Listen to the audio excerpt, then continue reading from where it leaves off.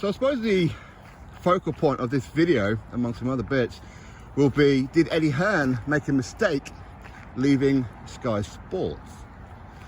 That seems to be what a lot of you have said, where his DAZN venture isn't as booming as maybe he thought it was going to be, and maybe some others thought it was going to be. Game changed. Is it game changed? Well, I suppose it depends on what you like.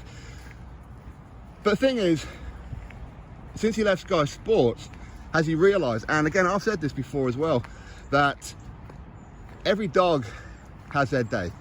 Everyone does. Eddie Hearn, he came into boxing, what, 12, 13 years ago? Something like that. He had prize fighter, Eddie Harrison, all those kind of ones, and yeah, I mean, it was a pretty decent start. Of course, he was signing up fighters like Kell Brook, Carl Froch. Of course, he had those two fights with George Groves and all that kind of stuff. Anthony Joshua came into the scene, became a superstar. Eddie Hearn was top of the pile very, very quickly. He was. But of course, now he's left Sky Sports.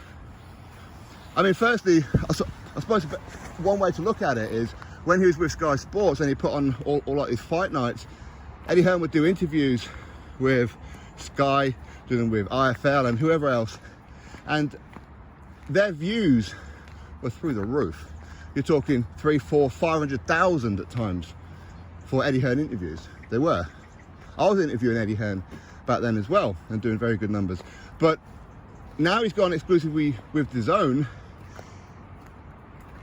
You know, him and a sit-down interview with Coogan on IFL TV, be lucky to hit 100,000 now.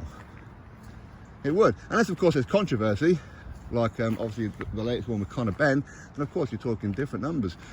But for the most part, he doesn't. Whereas before, he was consistently doing high numbers. Now, of course, since he's left Sky Sports, okay, he doesn't have the Sky Sports machine behind him anymore.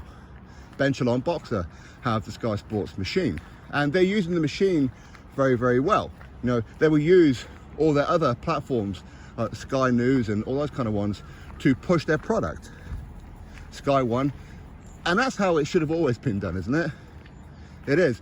Now, Eddie Hearn leaving DAZN, I've said before that I felt like the quality, the content isn't quite what it once was. Now, understandably, of course, when he was with Sky, one of the reasons why he said he left Sky was because he didn't have creative control, or not enough of it. Sky Sports had too much input as to what he can and what he can't do, as in the fight cards, the undercards, all that kind of stuff, when they're fighting, where they're fighting. He didn't have that much of a say. But now he does, where apparently he gets to choose when he puts on fights and what fighters are going to be on there. He gets to put the undercard on from top to bottom.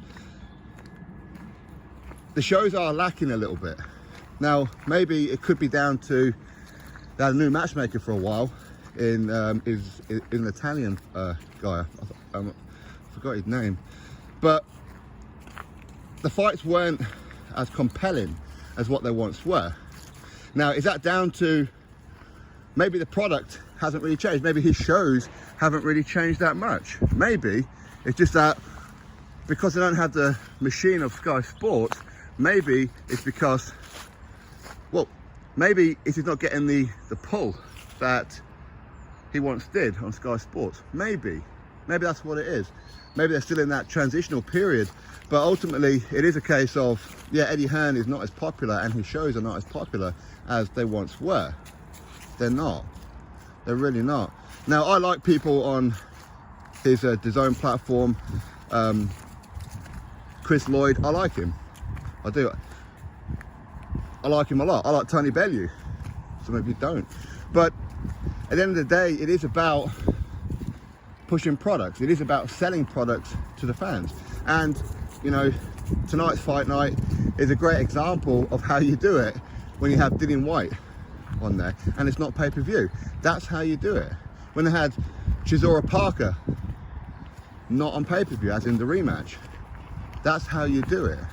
And I think a lot of people felt a little bit bitter when they started announcing the pay-per-views. When DAZN started putting on YouTubing boxing content. Now, I understand, you know, we all have a choice, watch it or don't watch it. It's part of your subscription. It's there if you want to watch it. If you don't, then don't. But ultimately, a lot of people feel that, well, we're paying £8 a month here in the UK, of course, and we're getting, well, basically our money's contributing to them putting on the YouTuber shows. That's not what we want. That's not what we paid for. We paid for professional boxing fight nights. That's what we paid for. So anyway, yeah, I think his profile's definitely taken a bit of a dip. Does he regret leaving Sky? Well, I mean, he'll never admit it, but maybe, possibly. Who knows? We'll have to wait and see how 2023 goes with his DAZN platform. Ben Shalom and Sky Sports are really closing the gap. They are. Drop a voice below, click thumbs up, subscribe. I'll catch you next video.